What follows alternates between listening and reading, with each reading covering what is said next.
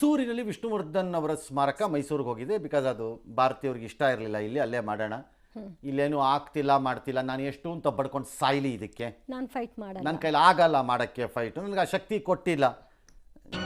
ದಯವಿಟ್ಟು ಈ ಹರಾಜ್ ನಿಲ್ಲಿಸಿ, ದಯವಿಟ್ಟು ಕ್ಷಮಿಸ ಮೇಡಮ್ದು.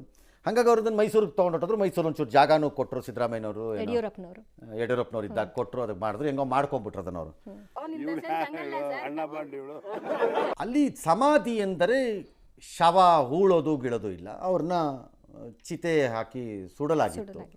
ಹಾಗಾಗಿ ಅಲ್ಲೊಂದು ಕಟ್ಟೆ ಕಟ್ಟಿದ್ರು, ಆ ಕಟ್ಟೆಗೇನೆ ಇವರು ಇದನ್ನೆಲ್ಲ ಹಾಕ್ಕೊಂಡಿದ್ರು ಅಲ್ವಾ, ಹಾಕ್ಕೊಂಡಿದ್ರು.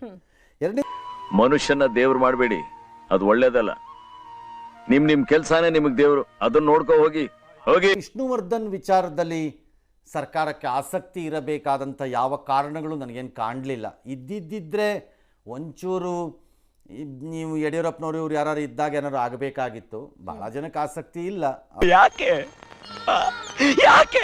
ವಿಷ್ಣುವರ್ಧನ್ ವಿಚಾರದಲ್ಲಿ ಭಾಳ ಜನರ ವಿಚಾರದಲ್ಲಿ ಭಾಳಷ್ಟು ಆಸಕ್ತಿಗಳು ಭಾಳ ಜನಕ್ಕಿತ್ತು ಸರ್ಕಾರದಲ್ಲಿ, ಇಲ್ಲ ಅಂತ ನಾನು ಹೇಳಕ್ಕಾಗಲ್ಲ, ಇತ್ತು.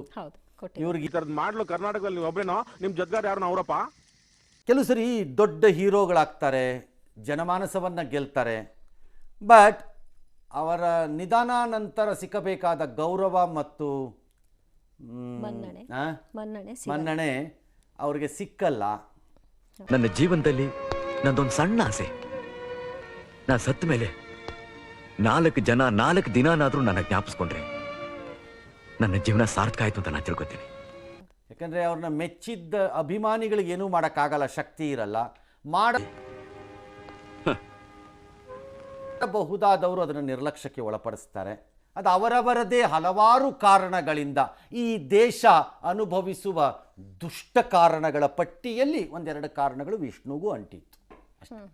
ಒಪ್ತೆ ಕಡೆ ಒಪ್ತೆ, ನಿನ್ ಮನಸ್ಸು ಎಷ್ಟು ಪರಿಶುದ್ಧವಾಗದು ಅಷ್ಟು ನೀ ಚೆನ್ನಾಗಿ ಬದುಕ್ತೀಯ. ಅದರ ಪರಿಣಾಮ ಅಷ್ಟೇ, ಇನ್ನೇನು ಇಲ್ಲ. ಬಹಳ ಸರಳವಾಗಿ ಹೇಳಬೇಕು ಅಂತಂದ್ರೆ ಅಷ್ಟೇ. ಈ ಪ್ರಪಂಚದಲ್ಲಿ ಒಬ್ಬೊಬ್ಬರಿಗೂ ಒಂದೊಂದು ತರ ಹುಚ್ಚು. ಕೆಲವರಿಗೆ ಹಣದ ಹುಚ್ಚು, ಕೆಲವರಿಗೆ ಪದವಿ ಹುಚ್ಚು, ಇನ್ ಕೆಲವರಿಗೆ ಹೆಸರು ಮಾಡೋ ಹುಚ್ಚು.